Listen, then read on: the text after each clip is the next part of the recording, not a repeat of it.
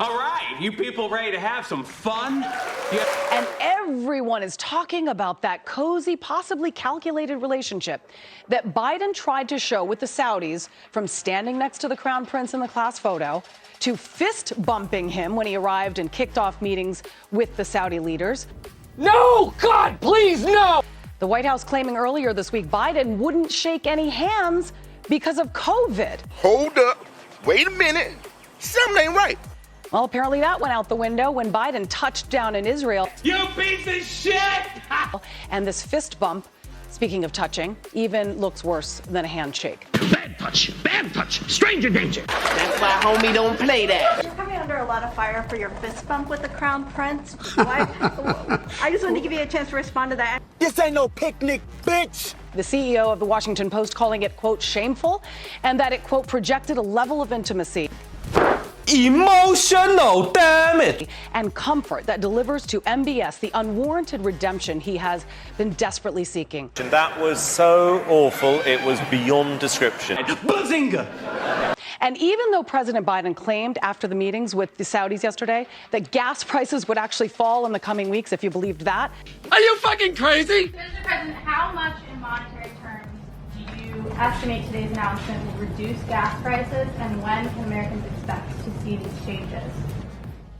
That's a really important question, and there's no firm answer to it. But prices already came down when it was announced ahead of time that Biden was going to release so much energy from so many barrels of oil from the Spro. The president is under enormous pressure to bring down surging gas prices with the trip.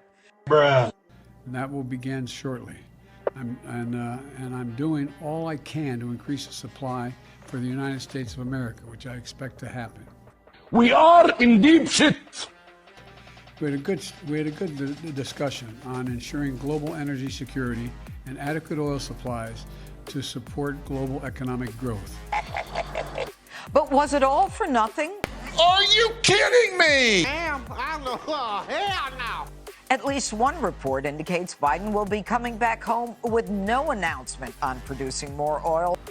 What you talking about? But have no worries. While he might not get any more oil, he is making moves on green energy. Never been a big fan. Focused on green hydrogen, solar, carbon capture, nuclear, and other projects to accelerate the world's clean energy transition and to help the U.S. clean energy industry set global standards. You keep using the word. I don't think it means what you think it means. Saudi Arabia will also partner with us on a far-reaching clean energy initiative. You're going the wrong way! When will we see the impact of this visit? I suspect you won't see that for another couple weeks. I see nothing. I know nothing. And we'll see more when we see gas stations start to lower their price consistent with what they're paying for the oil. A long time ago, being crazy meant something. Nowadays, everybody's crazy. The Saudis shared that urgency. No, they did not. No, the fuck they did not. He's a liar. The demon is a liar. And based on our discussions today, I expect we'll see further steps in the coming weeks. But who's counting?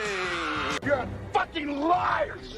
The Saudis say that's not exactly how the meeting went. Stretching the truth. Holy crap. So oil production specifically wasn't discussed at this summit? What the hell? That sucked. It wasn't really a subject for the summit. No soup for you! Missed it by that much. Here's your sign. But also, how can you be sure that another incident, another murder like Jamal Khashoggi's won't happen again? Who is this prick? God love you. What a silly question. How could I possibly be sure of any of that? Really sounds like I'm wearing a set of giant dentures. There's no denying that Saudi Arabia isn't playing ball with Joe Biden. And you know what? You can say what you want, but this would have never happened to Donald Trump. Never. Word to you, mother. No one was ever ignoring Donald Trump's calls. I don't know anything about what you're talking about. Yeah, because if you ignored Donald Trump's calls, you didn't know how he would respond. Maybe he'd send an angry tweet, or maybe he'd just ban your country from everything. You don't know. That's why I bet in these situations, Biden actually wishes that he could hire Trump to step in as President Wildcard. Yes. Well, we're waiting. What? You know, just keep everyone on their toes. Well, I want him brought right here, with a big ribbon on his head. And I want to look him straight in the eye, and I want to tell him what a cheap, lying, no-good, rotten, four-flushing, low-life, snake-licking, dirt-eating, inbred, overstuffed, ignorant, blood-sucking, dog-kissing, brainless, dickless, hopeless, heartless, fat-ass, bug-eyed, stiff-legged, spotty-lipped, worm-headed sack of monkey shit he is! Hallelujah! Holy shit! Where's the Tylenol? You're all going to hell. Goodbye. Clean up on aisle 3. Because if Trump was calling, you best believe the UAE, they'll be racing to pick up the phone. Oh, Mr. Trump, we're here, hello? Too late, Ahmed. You made me wait 2 rings. We're bombing the UAE and the UFC, just in case. Stop it.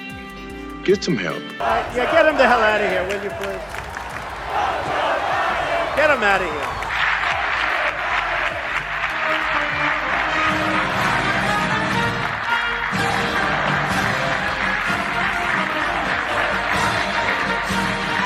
You look like the vermin-ridden son of a bitch you are. The man's as gay as a picnic basket. You're all going to hell. Goodbye. It was a shit show.